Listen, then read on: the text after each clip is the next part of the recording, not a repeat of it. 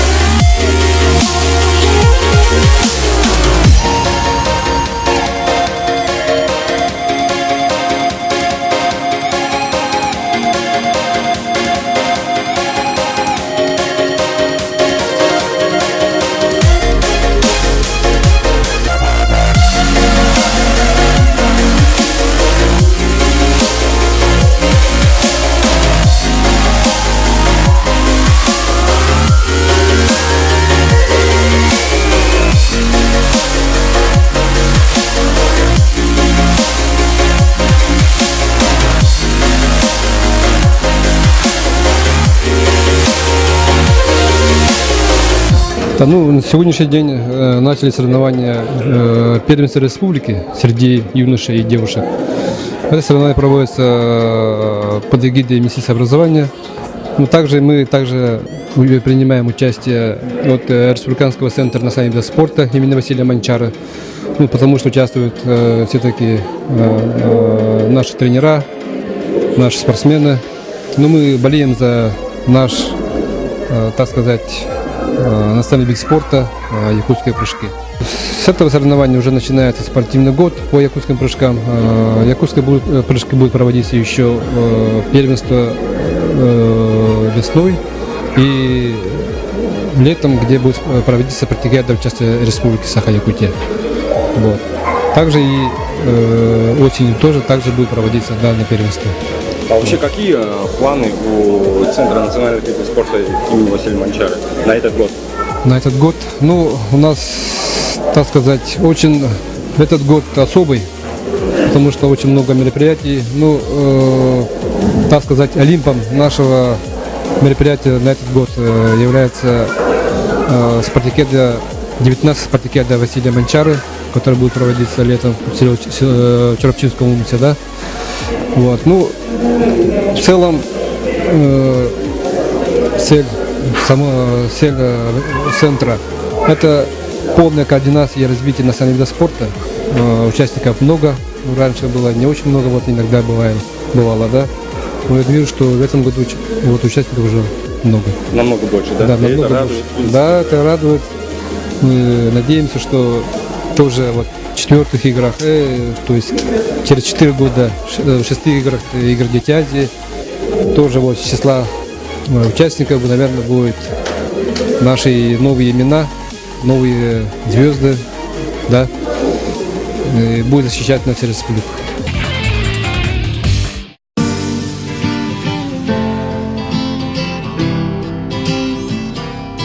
When you're so long gone, you can't help yourself.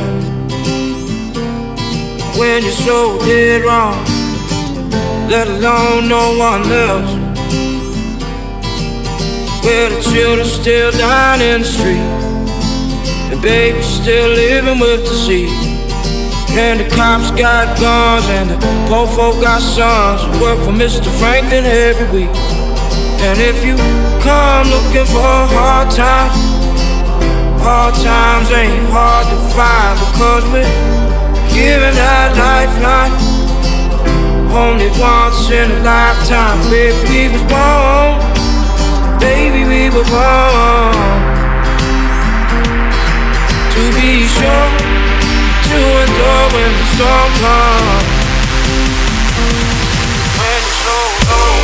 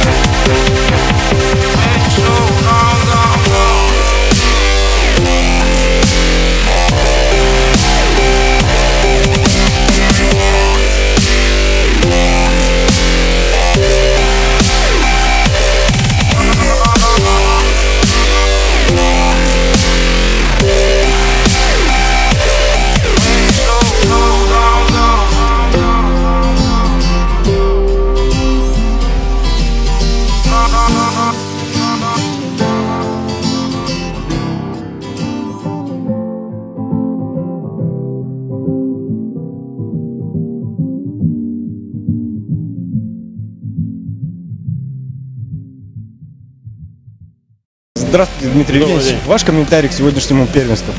Во-первых, это первый в истории якутского футбола турнир в зимнее время по большому футболу.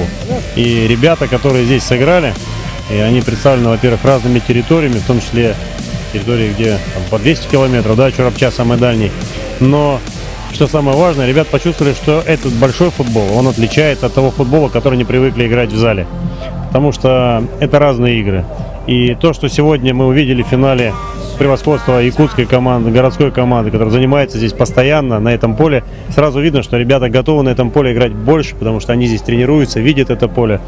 В технике, конечно, тоже еще много-много чего предстоит сделать, потому что все-таки команды только-только набраны и занимаются менее чем полгода. Поэтому есть перспектива роста, но самое главное, что есть у ребят желание играть и есть сама возможность играть на таком поле. Поле замечательное, высокого качества, поэтому я думаю, мы такие турниры будем проводить чаще.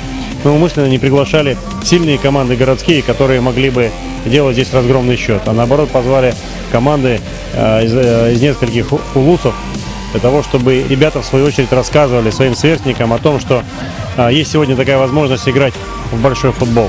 И я думаю, что на следующем турнире, который мы будем проводить в Дахсуне, будет больше команд, представляющих ближние улусы нашей республики. Сегодня у нас первое первенство спорткомплекса Дахсун по футболу большому. Это первый именно официальный турнир, который идет в зимний период на большом поле. Пригласили 2 команды, мы выставили, и пригласили еще 4 команды.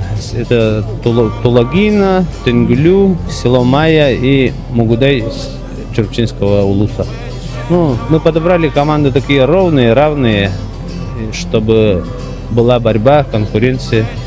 И мы рады, что наша одна команда заняла 1-е место, 2-я 5-е заняла.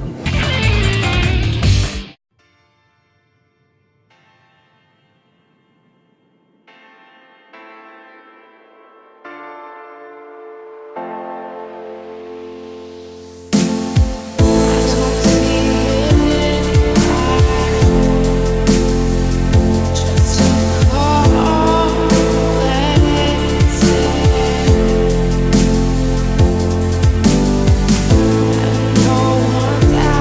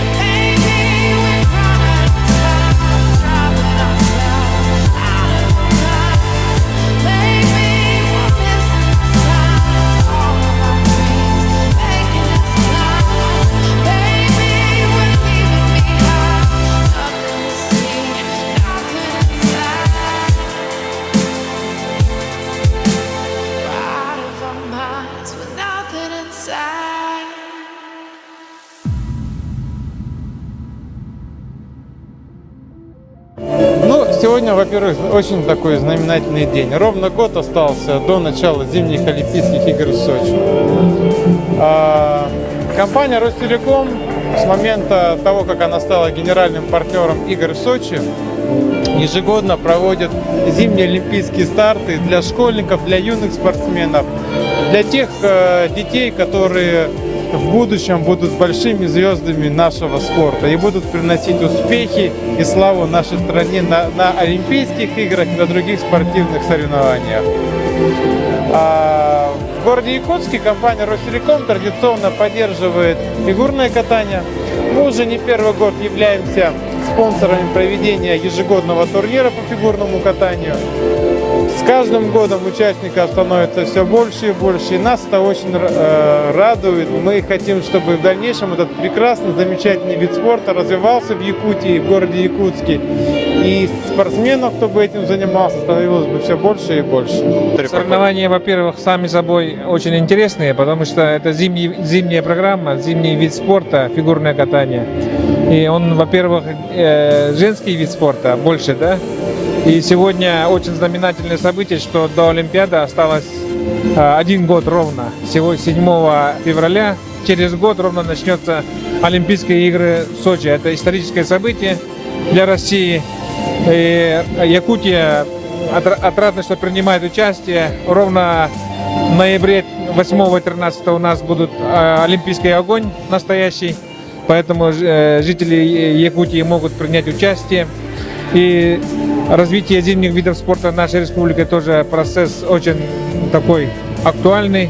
Это приоритетные виды должны быть спорта, потому что оно связано с холодом, оно связано с закаливанием организма человека. И для подрастающего поколения оно очень полезно будет, развитие зимних видов спорта. Поэтому мы очень рады, что в плане проекте стоит организация и проведение зимних детских игр.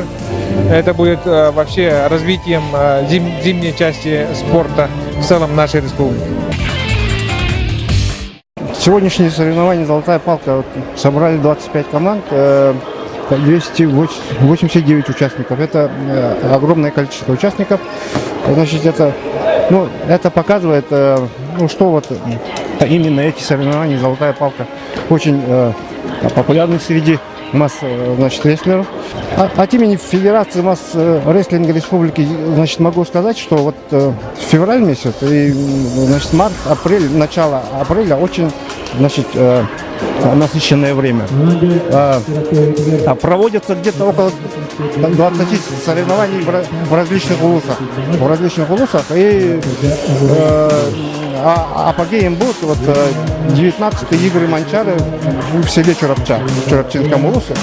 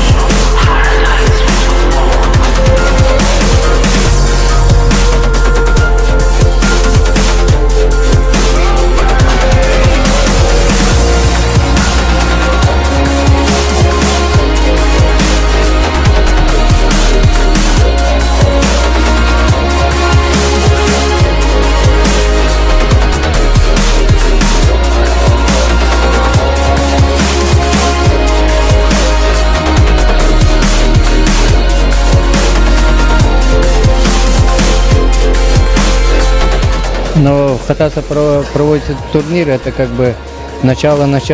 Раньше комиссмасса «Золотая палка», это еще до зарождения новых правил проводил в Якутском государственном университете.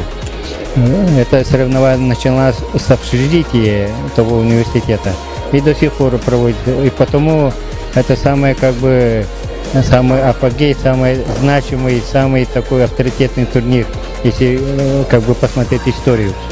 А значимость этого турнира этого года, через месяц будет как бы отборочные к играм Манчары, чемпионат республики, и потому игры Манчары этого года, и потому состав такой по всем возрастам, особенно мужчины, очень такой как бы разношерстный, есть именитые, особенно по ветеранам, если параллельно два помоста, в одном помосте как бы вот 20-летняя история мас-рестлинга, там, начиная Анатолий Баевич, Афанасий Савин, Андрей Винов, но каждое имя ветерана как бы отдельная страница развития масс-рестлинга в нашей республике.